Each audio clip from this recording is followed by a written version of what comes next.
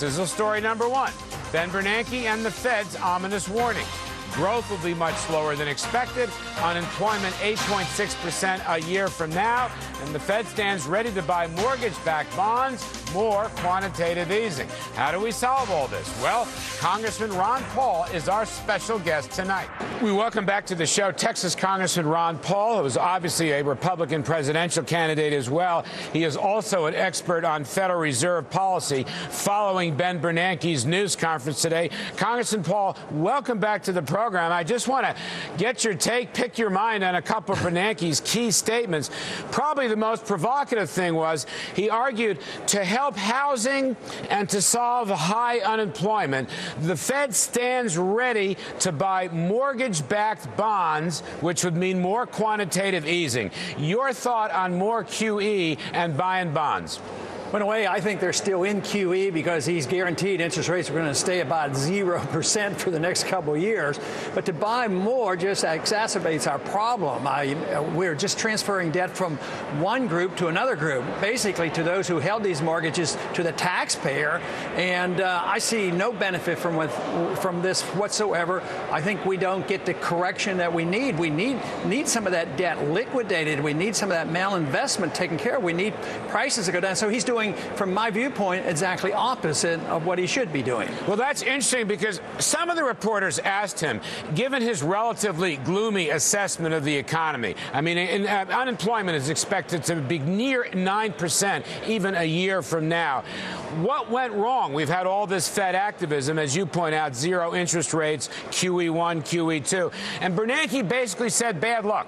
He basically said bad luck was the problem. What would you answer? How would you respond to Bernanke? Well, you know, somebody asked me this yesterday, what should he do? And I said, well, what I would really like to hear is that he's thrown in the towel and he's given up, that he admits that his theories are wrong and that all this QE stuff doesn't work. But, you know, really right now, the consequence of all this, and I know nobody looks at money supply anymore, but M1 is growing at a 30% rate these past 6 months. So that's a lot of quantitative easing. And to continue to do this forever and not talk about getting the tax rates down and get taxes lower with cutting spending, if we don't do that, all the QEs in the world won't solve our problems. It will eventually destroy our currency. And the world financial markets are not receiving what he's saying or doing what anybody else is saying or doing because they've all studied from the same economic textbooks. And I'd like to get them to think about free markets and how they should work. Congressman Paul, let me ask you about another Bernanke statement. He maintains that inflation is not going to be a problem. This despite the fact that, as you may know, the consumer price index up 3.9% last 12 months. Oil and energy prices still historically rather high. He says inflation's not a problem, and therefore the door would be open to Fed easing. That was his implication. Your comment on inflation, sir? Well, I think he's wrong, and I think the inflation is here because I start with the increase in the money supply, and I've already mentioned that. But I don't believe the government statistics on the CPI, because if you look at this from the old measurement of CPI, actually it's over 9%. And if you look at the unemployed and the low-income people, their inflation rate is always much higher. But if he's admitting it's almost 4% already, that's pretty big. And besides, he doesn't know exactly what the rate will be next year. I don't know. I don't believe you know exactly what it will be.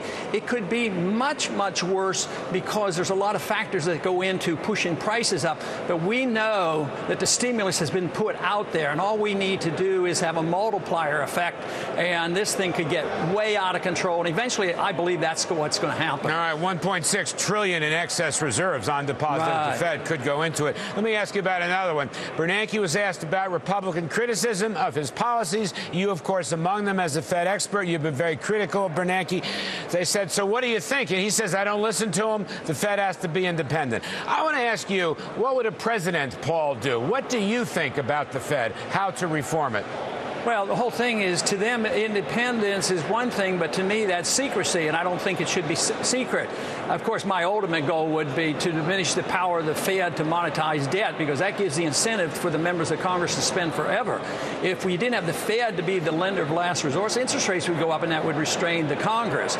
So in the meantime, because I can't get competing currencies going, I would say the more transparency, the better. And I think it's great that he's been forced to hold these press conferences. I think it's great that the country now in the last 3 or 4 years has come to look at the significance and the importance of monetary policy. 5, 10 years ago, I never dreamed this would happen. I think we're making great progress. The American people are now, with my arguments, that 65% believe now that we should have more transparency of the Fed, and that's why he's holding these press conferences. But he is going to be stubborn, because for him to do what I want him to do, he'd have to admit his whole career was misdirected. So that's not going to happen. Eventually, you'd have to have a new Fed chairman, at least to look at this thing differently. Congressman, you have said, as I recall, this will be the last question, that if you were elected, you would not reappoint Bernanke. Is that the case?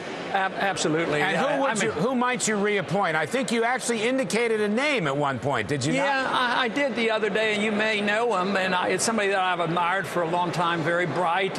He is known on Wall Street, and that's Jim Grant. And I think he's capable, because he is a free market person. He understands sound money. And I think if he had to work within the system, he would be able to restrain the Fed money machine as much as anybody else could. All right. Jim Grant is an old friend of mine and a frequent guest on this program. Congressman Ron Paul, thank you for helping us, sir. Good luck on the campaign trail. Thanks a lot. All right. By the way, Jim Grant is a staunch advocate of gold. Interesting that Ron Paul would like to see Grant run the Fed.